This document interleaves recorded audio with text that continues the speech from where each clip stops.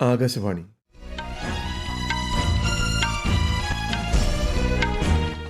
നമസ്കാരം.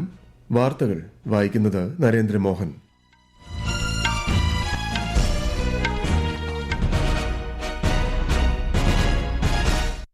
പ്രധാന വാർത്തകൾ. രാജ്യത്ത് 12 ഗ്രീൻഫീൽഡ് വ്യാവസായിക സ്മാർട്ട് സിറ്റി പദ്ധതി ആരംഭിക്കാൻ കേന്ദ്ര മന്ത്രിസഭ അംഗീകാരം. പദ്ധതിയിൽ ഇടം നേടി പാലക്കാട് ജില്ലയും. 730 സ്വകാര്യ FM റേഡിയോ ചാനലുകൾ ആരംഭിക്കാനുള്ള ലേല നടപടികൾക്ക് കേന്ദ്ര മന്ത്രിസഭ അനുമതി നൽകി. വയനാട് ഉരുൾപൊട്ടൽ ദുരിതബാധിതരുടെ പുനരധിവാസം ചർച്ച ചെയ്യാൻ മുഖ്യമന്ത്രി പിണറായി വിജയന്റെ നേതൃത്വത്തിൽ ഇന്ന് സർവകക്ഷി യോഗം. ഇന്ത്യൻ ഹോക്കി ഇതിഹാസം മേജർ ധ്യാൻചന്ദിന്റെ സ്മരണയിൽ രാജ്യം ഇന്ന് ദേശീയ കായിക ദിനം ആഘോഷിക്കുന്നു. പാരീസ് പാരാലിമ്പിക്സിന് വർണ്ണാഭമായ തുടക്കം. മെഡൽ പ്രതീക്ഷയുമായി ഇന്ത്യൻ സംഘം. വാർത്തകൾ വിശദമായി. രാജ്യത്ത് 12 ഗ്രീൻഫീൽഡ് വ്യാവസായിക സ്മാർട്ട് സിറ്റി പദ്ധതി ആരംഭിക്കാൻ കേന്ദ്ര മന്ത്രിസഭ അനുമതി നൽകി. പദ്ധതിയിൽ പാലക്കാട് ജില്ലയും ഉൾപ്പെടും. ദേശീയ വ്യാവസായിക ഇടനാഴി വികസന പദ്ധതിക്ക് കീഴിലാണ് വ്യാവസായിക സ്മാർട്ട് സിറ്റികൾ ആരംഭിക്കുന്നത്. ഇതിലൂടെ 28,602 കോടി രൂപയുടെ നിക്ഷേപം പ്രതീക്ഷിക്കുന്നതായി കേന്ദ്ര വാർത്താവിതരണ പ്രക്ഷേപണ വകുപ്പ് മന്ത്രി അശ്വിനി വൈഷ്ണവ് ന്യൂഡൽഹിയിൽ വാർത്താസമ്മേളനത്തിൽ പറഞ്ഞു. പദ്ധതിയിലൂടെ 10 ലക്ഷം പേർക്ക് നേരിട്ടും 30 ലക്ഷം പേർക്ക് പരോക്ഷമായും തൊഴിൽ ലഭിക്കും. 10 സംസ്ഥാനങ്ങളിലായി പ്രധാനപ്പെട്ട 6 ഇടനാഴികളിലൂടെയാണ് വ്യാവസായിക സ്മാർട്ട് സിറ്റി പദ്ധതി നടപ്പാക്കുന്നത്. റെയിൽവേയുടെ 6,456 കോടി രൂപയുടെ പദ്ധതികൾക്കും കേന്ദ്ര മന്ത്രിസഭ അംഗീകാരം നൽകി. കേന്ദ്ര അംഗീകാരം ലഭിച്ച പുതിയ ഗ്രീൻഫീൽഡ് ഇൻഡസ്ട്രിയൽ സ്മാർട്ട് സിറ്റി പദ്ധതി വികസിത ഭാരതമെന്ന ലക്ഷ്യത്തിന് ഊർജ്ജം പകരുമെന്ന് കേന്ദ്രമന്ത്രി പീയൂഷ് ഗോയൽ. സന്തുലിതമായ പ്രാദേശിക വികസനം സാധ്യമാക്കുന്നതിനൊപ്പം നിക്ഷേപങ്ങളിൽ വൻ കുതിപ്പിനും വഴിയൊരുക്കുമെന്ന് അദ്ദേഹം പറഞ്ഞു. പാലക്കാട് വ്യവസായ സ്മാർട്ട് സിറ്റിക്ക് ലഭിച്ച കേന്ദ്ര അംഗീകാരം സ്വാഗതാർഹമെന്ന് കേരള വ്യവസായ മന്ത്രി പി രാജീവ് പറഞ്ഞു.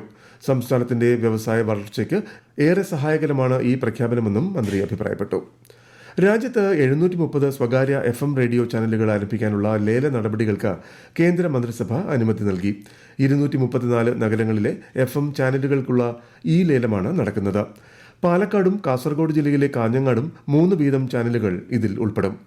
തൊഴിലവസരങ്ങൾ സൃഷ്ടിക്കുക, മാതൃഭാഷയിലെ ഉള്ളടക്കം പ്രോത്സാഹിപ്പിക്കുക തുടങ്ങിയവയാണ് ലക്ഷ്യമിടുന്നതെന്ന് കേന്ദ്രമന്ത്രി അശ്വിനി വൈഷ്ണവ് അറിയിച്ചു. കാർഷിക അടിസ്ഥാന വികസന ഫണ്ടിന്റെ വിപുലീകരണത്തിനും കേന്ദ്ര മന്ത്രിസഭ അംഗീകാരം നൽകി.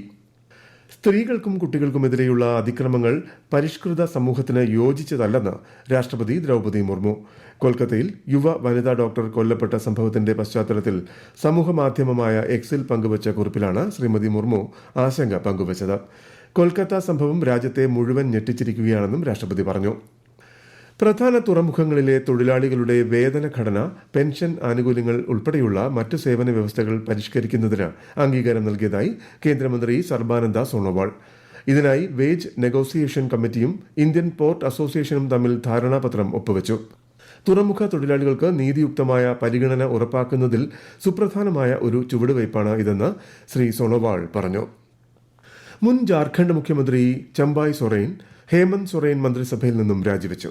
ജാർഖണ്ഡിലെ ഉന്നത വിദ്യാഭ്യാസ, സാങ്കേതിക വിദ്യാഭ്യാസ, ജലവിഭവ വകുപ്പ് മന്ത്രിയായിരുന്നു ശ്രീ ചമ്പായ് സൊറൈൻ. ജാർഖണ്ഡ് മുക്തി മോർച്ചയുടെ എല്ലാ സ്ഥാനങ്ങളിൽ നിന്നും അദ്ദേഹം ഒഴിഞ്ഞു.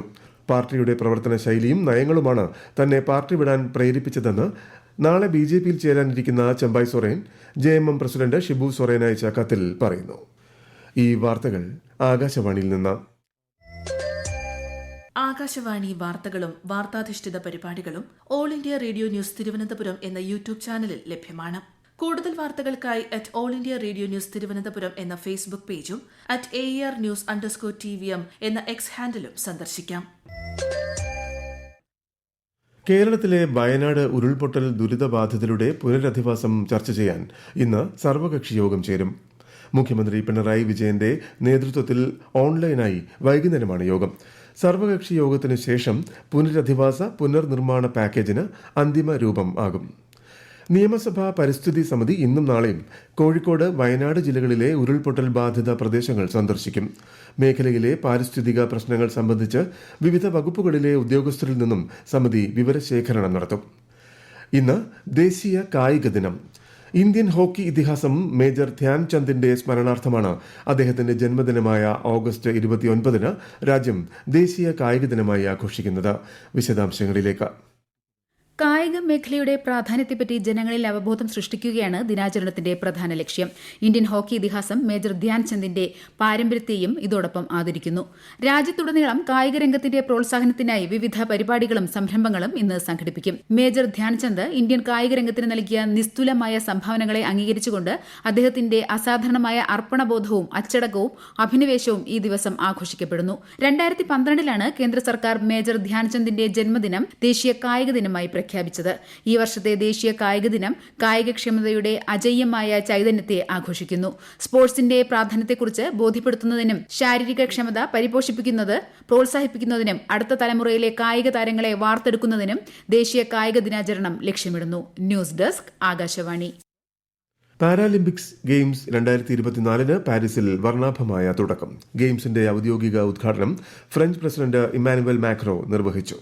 167 രാജ്യങ്ങളെ പ്രതിനിധീകരിച്ച് 4400ഓളം പാരാലിമ്പ്യന്മാർ മാർച്ച് പാസ്റ്റിൽ പങ്കെടുത്തു.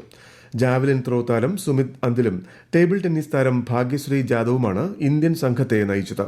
ഇന്ത്യയിൽ നിന്നും 84 പാരാ അത്ലറ്റുകളാണ് ഗെയിംസിൽ മത്സരിക്കുന്നത്. പാരാലിമ്പിക് ചരിത്രത്തിലെ ഇന്ത്യയുടെ ഏറ്റവും വലിയ സംഘമാണ് ഇത്. പാരീസ് പാരാലിമ്പിക്സിൽ പങ്കെടുക്കുന്ന ഇന്ത്യൻ സംഘത്തിന് ഇന്ത്യയിലെ 140 കോടി ജനങ്ങൾ ആശംസകൾ നേരുന്നതായി പ്രധാനമന്ത്രി നരേന്ദ്രമോദി. ഓരോ കായിക താരത്തിന്റെയും ധൈര്യവും നിശ്ചയദാർഢ്യവും രാജ്യത്തിനാകെ പ്രചോദനമാണെന്ന് പ്രധാനമന്ത്രി സമൂഹമാധ്യമ പോസ്റ്റിൽ കുറിച്ചു. സൂപ്പർ ലീഗ് കേരള ഫുട്ബോൾ ടൂർണമെന്റിലെ തെക്കൻ കേരളത്തിലെ ഏക ഫ്രാഞ്ചൈസിയായ തിരുവനന്തപുരം കൊമ്പൻസ് ഗോവയിൽ 3 സൌഹൃദ മത്സരങ്ങളിൽ പങ്കെടുക്കും. ഗോവയിലെ മത്സരങ്ങൾ ടീമിന് ഏറെ ഗുണം ചെയ്യുമെന്ന് കൊമ്പൻ FCയുടെ മുഖ്യ പരിശീലകൻ സെർജിയോ അലക്സാന്ദ്രി തിരുവനന്തപുരത്ത് വാർത്താസമ്മേളനത്തിൽ പറഞ്ഞു. ദുരന്ത നിവാരണ മേഖലയുമായി ബന്ധപ്പെട്ട ഇന്ത്യ റഷ്യ സംയുക്ത കമ്മീഷന്റെ 2ാമത്തെ യോഗം ഇന്നലെ മോസ്കോയിൽ നടന്നു. കേന്ദ്ര ആഭ്യന്തര സഹമന്ത്രി നിത്യാനന്ദ് റായ് ഇന്ത്യയെ പ്രതിനിധീകരിച്ച് യോഗത്തിൽ പങ്കെടുത്തു. യോഗത്തിന്റെ ആദ്യ ദിവസം 2025-26 ഈ മേഖലയിലെ സഹകരണത്തിനായുള്ള പ്രവർത്തന പദ്ധതിയിൽ ഇരു രാജ്യങ്ങളും ഒപ്പുവച്ചു. പ്രകൃതി ദുരന്തങ്ങൾ ഉൾപ്പെടെയുള്ള അടിയന്തര സാഹചര്യങ്ങൾ നേരിടുന്നതിനും അതിന്റെ അനന്തരഫലങ്ങൾ ലഘൂകരിക്കുന്നതിനുമായി സംയുക്ത സമിതി രൂപീകരിക്കുന്നത് ഉൾപ്പെടെയുള്ള കാര്യങ്ങളിൽ യോഗത്തിൽ തീരുമാനമുണ്ടാകും.